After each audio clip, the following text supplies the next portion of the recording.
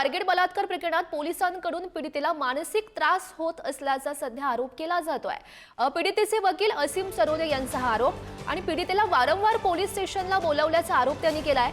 पीडितेवर पुढची तारीख मागण्यासाठी दबाव टाकल्याचाही आरोप वकील असीम सरोदे यांच्याकडून केला गेलाय। स्वारगेट बलात्कार प्रकरणासंदर्भातली ही महत्त्वाची अपडेट। पोलिसांकडून पीडितेला मानसिक त्रास होत असल्याचा आरोप केला गेलाय।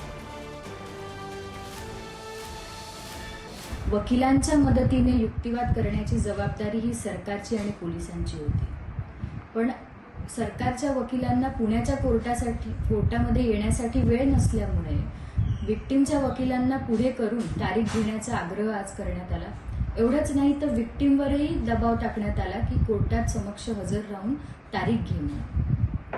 खरं तर या केसमध्ये इन्व्हेस्टिगेशन झालेलं आहे, चार्जशीट फाईल झालेली आहे। एवढंच नव्हे तर विक्टिमचा जबाब सुद्धा नोंदवण्यात आलेला आहे, परंतु वारंवार कोणतंही लेखी पत्र न देता विक्टिमला पोलीस स्टेशनमध्ये बोलवलं जातं।